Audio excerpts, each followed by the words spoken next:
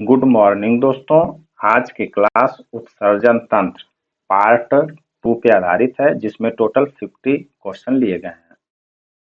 Question 51 है, मूत्रवाहिनी किसे जोड़ती है? आंसर है वृक्क से मूत्राशय को जोड़ती है। आप अपना कमेंट बॉक्स में दें। मूत्रवाहिनी किसे जोड़ती है? वृक्क से मूत्राशय को जोड़ती है। किस स्थिति में बार बार पेशाब लगती है?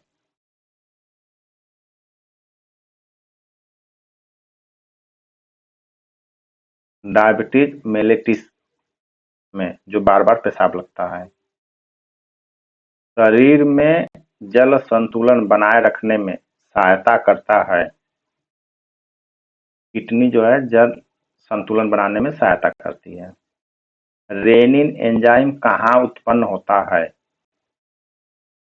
वृक्क में उत्पन्न होता है। रेनिन का कार्य क्या है? रक्तचाप नियंत्रित करना। वृक्क के भीतरी भाग को क्या कहते हैं? मेडुला कहते हैं। शरीर में अम्ल क्षार संतुलन बनाए रखने वाला अंग है। वृक्क है। नेफ्राइटिस किस अंग की सूजन है? वृक्क की सूजन है नेफ्राइटिस। मूत्रवाहिनी का कार्य क्या है? मूत्र को वृक्क से मूत्राशय तक ले जाना। किस अंग में मूत्र अस्थायी रूप से संग्रहित होता है या एकत्रित होता है? मूत्राशय में एकत्रित होता है। मूत्र मार्ग का मुख्य कार्य क्या है? मूत्र को शरीर से बाहर निकालना। वृक्क की कार्यप्रणाली की जांच किस परीक्षण द्वारा की जाती है? यूरिन एनालिसिस द्वारा की जाती है। वृक्क पथरी की मुख्य वजह क्या है? कैल्शियम ऑक्सलेट का जमा हो जाना, तो किडनी में पथरी बनती है। रक्त से अपशिष्ट पदार्थ को हटाने की प्रक्रिया क्या कहलाती है? निस्पंदन कहलाती है या फिल्टरेशन कहलाती है। अधिक मात्रा में पानी पीने पर मूत्र की मात्रा बढ़ जाती है। एक स्वस्थ व्यक्ति में मूत्र का सामान्य रंग क्या होता है? पीला होता है। रक्त में कचरा पदार्थों की अधिकता को क्या कहते हैं? विषाक्त कहते हैं।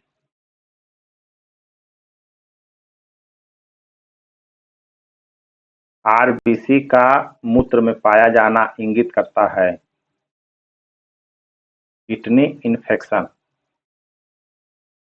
ग्लूकोज का मूत्र में पाया जाना दर्शाता है मधुमेह। यूरिक एसिड उत्सर्जन मुख्य रूप से किसके द्वारा होता है? वृक्क के द्वारा होता है। निम्न में से कौन सा नाइट्रोजन युक्त अपशिष्ट है? यूरिया है अपशिष्ट। किडनी की कार्यात्मक इकाई को क्या कहते हैं? नेफ्रॉन कहते हैं।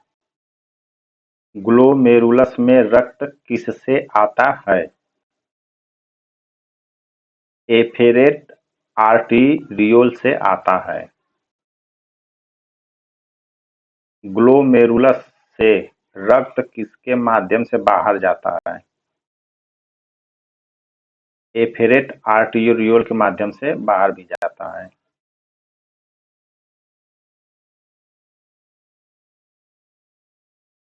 क्रिएटिन की मात्रा बढ़ना किसका संकेत है?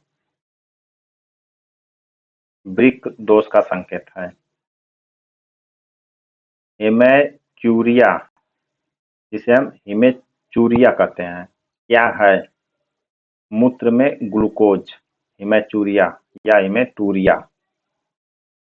पसीना किस अपशिष्ट के निष्कासन में सहायक है? यूरिया के निष्कासन में सहायक होता है।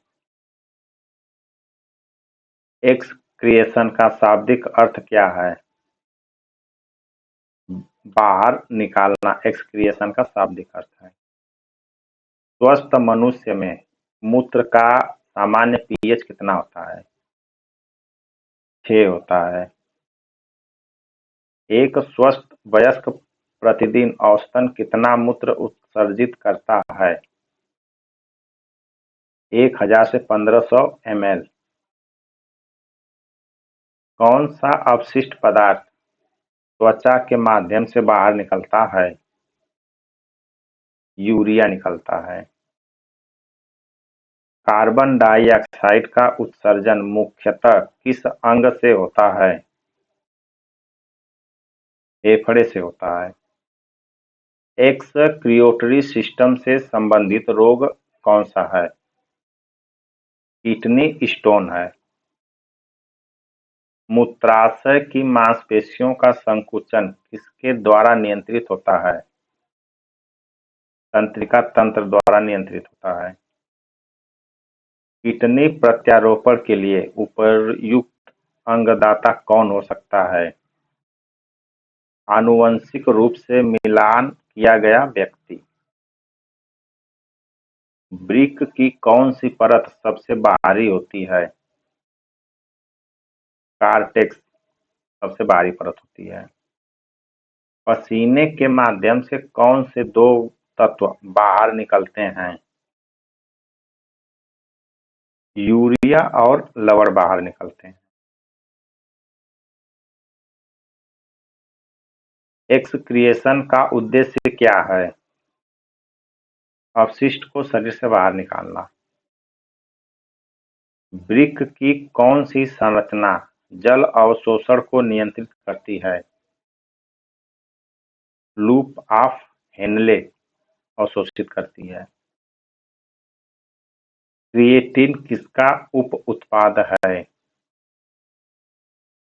मांसपेशियों का चयापचय। किडनी में रक्त को छानने की प्रक्रिया को क्या कहते हैं? निस्यंदन या फिल्टरेशन कहते हैं। रेनल पेल्विस का कार्य क्या है? मूत्र को संग्रह नलिका से मूत्रवाहिनी तक पहुंचाना। डायबिटीज इंसिपिडस किस हार्मोन की कमी से होता है? एडीएच के कमी से होता है। वैसोप्रेसिन नामक हार्मोन का दूसरा नाम है? एडीएच। मिक्टूरेशन किस क्रिया को कहते हैं? मूत्रस्रावण को मिक्टूरेशन कहते हैं। ग्लोमेरुलस फिल्ट्रेशन किस संरचना में होता है? बोमन कैप्सूल में होता है। पुनर्अवशोषण या पुनः अवशोषण की क्रिया मुख्यतः होती है प्रोक्सिमल ट्यूबुल में। एक्सक्रिएटरी सिस्टम का मुख्य उद्देश्य है अपशिष्ट पदार्थों का निष्कासन। कुछ क्वेश्चन बार बार रिपीट हो चुके हैं, इसके लिए सॉरी। अल्ट्रा फिल्ट्रेशन मुख्य रूप से किस स्थान पर होता है? बोमन कैप्सूल के स्थान से या स्थान पर होता है। किस जंतु में गुर्दा नहीं पाया जाता? केकड़ा में गुर्दा नहीं पाया जाता। एक्सक्रियोटरी सिस्टम के अंतर्गत आने वाले अंगों का सही क्रम कौन सा है? वृक्क है, मूत्रवाहिनी है, मूत्राशय है, फिर मूत्रमार्ग है। ये सही क्रम है। डायलिसिस के दौरान कौन सा झिल्ली प्रयोग होती है? अर्धपारगम्य झिल्ली डायलिसिस के दौरान प्रयोग होती है। पुनः अवशोषण मुख्यतः किस ट्यूब्यूल में होता है? प्रोक्सिमल ट्यूब्यूल्स में पुनः अवशोषण होता है। इस तरह से दोस्तों आज की क्लास टोटल 100+ क्वेश्चन समाप्त हुए उत्सर्जन तंत्र के। चैनल को लाइक, सब्सक्राइब और शेयर करें। धन्यवाद।